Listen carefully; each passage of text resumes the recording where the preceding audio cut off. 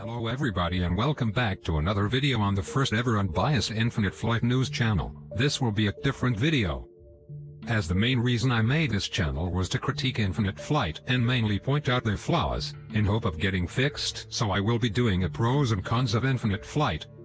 So let's begin.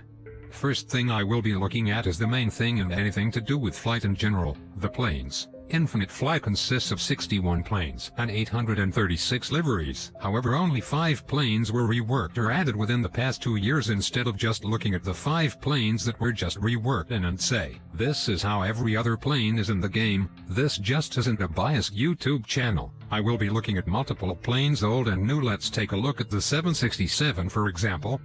One of dozens very old planes that Infinite Flight doesn't feel like reworking. 2D cockpit, only yoke actually moves. Sounds are the exact same on every plane. Physics aren't good. The only planes that have custom sounds are the 777, 757 and TPM.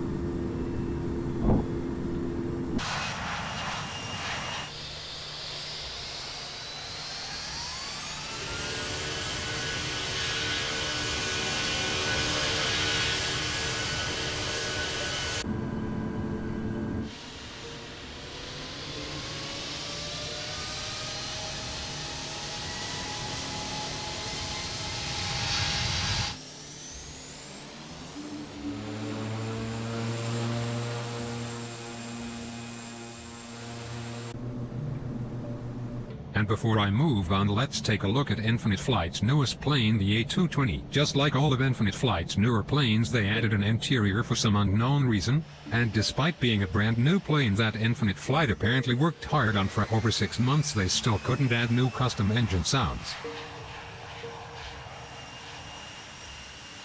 Overall, I'd give Infinite Flight an X in this category in sounds. There are still dozens of planes that need to be reworked, whether it be with new engine sounds or physics.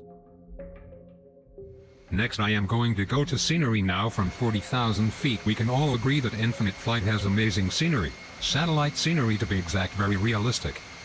It's not until you get closer to the ground that you see it's just pixelated mashed potato scenery. I'm not gonna spend too much time here, but you get the point. Infinite Flight could totally get some better scenery. That's another place where Infinite Flight could improve. Now let's go over to ATC. I'd say Infinite Flight is actually pretty good in this category. Although you cannot actually talk to ATC via say your microphone, there are many options to put if that makes sense. Anyone can be ATC, and I'd say Infinite Flight is really good on his part. Proceed on course. November 69 Tango Alpha. November 69 Tango Alpha is 0 nautical miles east of Darwin International at 900 feet. Requesting visual approach any runway at Darwin International.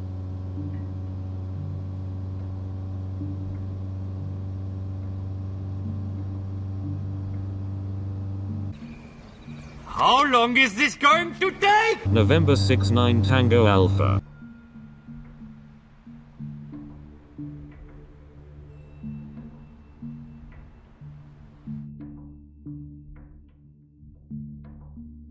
Now let's move on to the airports themselves. Infinite Flight has a total of 136 3D airports. Many of them are just random airports in the middle of nowhere, but I won't be getting into that in this video. When it comes to Infinite Flight's 3D airports, they chose quantity over quality. I'm gonna go to say Baltimore to show what the 3D buildings are like.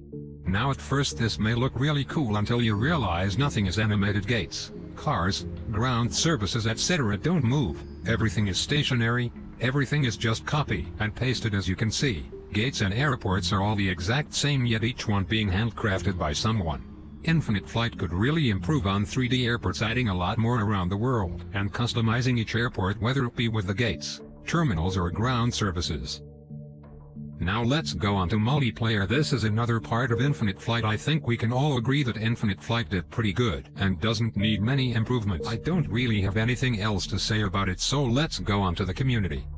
Now on paper this could seem like a good part of Infinite Flight, however it has been proven numerous times that they don't actually listen to their community, not to mention what their supporters are like, as you can just go into any one of my comment sections and find die-hard Infinite Flight supporters losing it when I speak out about the truth.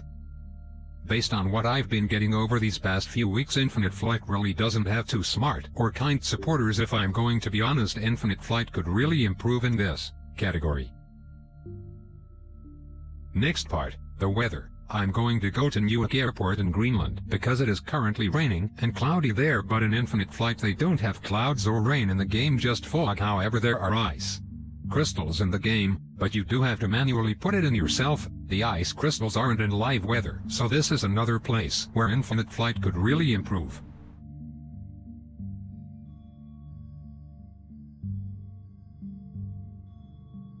Last but not least, the price. This is where everyone can agree is Infinite Flight's worst part about them. Infinite Flight is simply overpriced.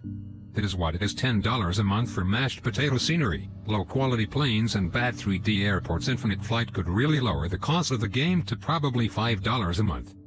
Nobody's perfect and Infinite Flight is very far from perfect. If Infinite Flight could fix everything that I just mentioned, then I'd say it would be fine for the game to charge $10 a month, but at the moment Infinite Flight is in no way worth $10 a month.